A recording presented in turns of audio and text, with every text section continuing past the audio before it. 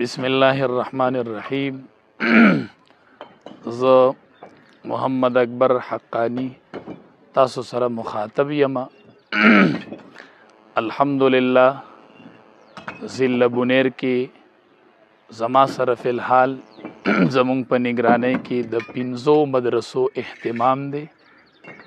15 مدرسې زمونږ په نگرانی کې الحمدلله ضلع بونیر کې دي او زمونږه اهمه مدرسه او د ټولو یو مرکز حیثیت چی لري هغه دا اوس چې پکې زه ولاړ یم مدرسه امام ابو یوسف رحمت الله علیه چې تاسو یې نه زه تاسو سره مخاطب یم. دې مدرسه کې چونکې د طلباو د تعداد د وجنه چې د طلباو تعداد مونږ سره مدرسه کې ډیر سیوا شوی دی او کال تر کاله هغه تعداد نورم سیوا کیږي.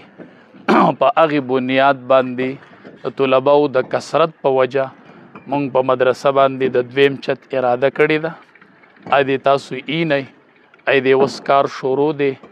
یو ورځ دوه وشو چې دا د کاریګر راغلی دی او تاسو دا کار چې کار شروع دی او مونږ ته ډیر شدید ضرورت و د کمرو.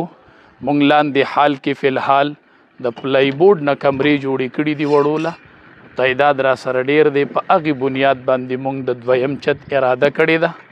دې تاسو نه په دویم چت باندې تقریبا 9 کمرې دي او یو مسجد دی پورې مخامخ. دا ټول تاسو نه کار پې شروع دی.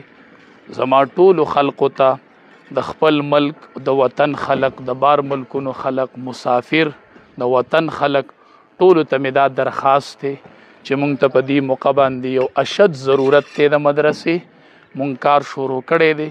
فی الحال مونږ سره مدرسې پڼ کې بالکل گنجایش نشته دی او کار باندې توکل کړی دی او ټیکدار نه مې تپوس وکړو تقریبا 65 लाख روپۍ په دې باندې خرچه راځي. زما ټولو عوامو ته مسافرو ته ټولو مسلمانانو ته دا یو اپیل دی چې دا ستاسو بچو له مونږ دا ادارې جوړې کړي دي.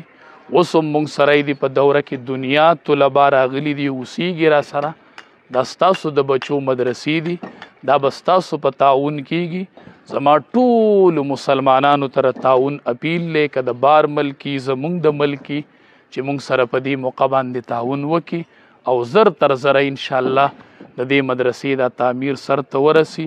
مونږ ته فی الحال د خختم ضرورت دی، د سیخم ضرورت دی، د سیمټم ضرورت دی. کو څوک دې موقع له راځي او خپله باندې دا موقع اینی او مونږ له دا څیزونه الي ډیره بهتره ده.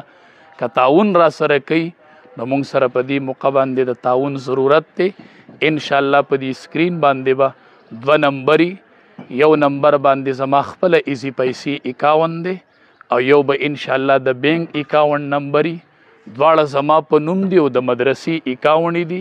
نو کو څوک مونږ سره تعاون کوي د بار ملک د دې وطن خلک ټولو ته اپیل دی او چې څوک د چا د تعاون وس نه هغه راته دعاګانې کوي. ټولو ته د دعاګانو درخواست دی او ټول د خپل وس مناسب تعاون هم وکوي. مونږ سره دعاګانې هم شریکې کوي چې زر تر زره د طلباو دپاره دا ځای آباد شي چې د نوي کال نه طلبا راځي چې هغې ته چونکې دا ځای مهیا شوي. رب العالمین دې مونږ ټولو له دې کې د خپل وس مناسب د تعاون توفیق راکړي او د چا به د لاسو خپو خدمتي، د چا به د تعاوني، د چا به د دعاګانو خصوصي دعاګانې کوي. الله دې دا زر تر زره دی الله انتظام وکړي او الله دې قبول کړي.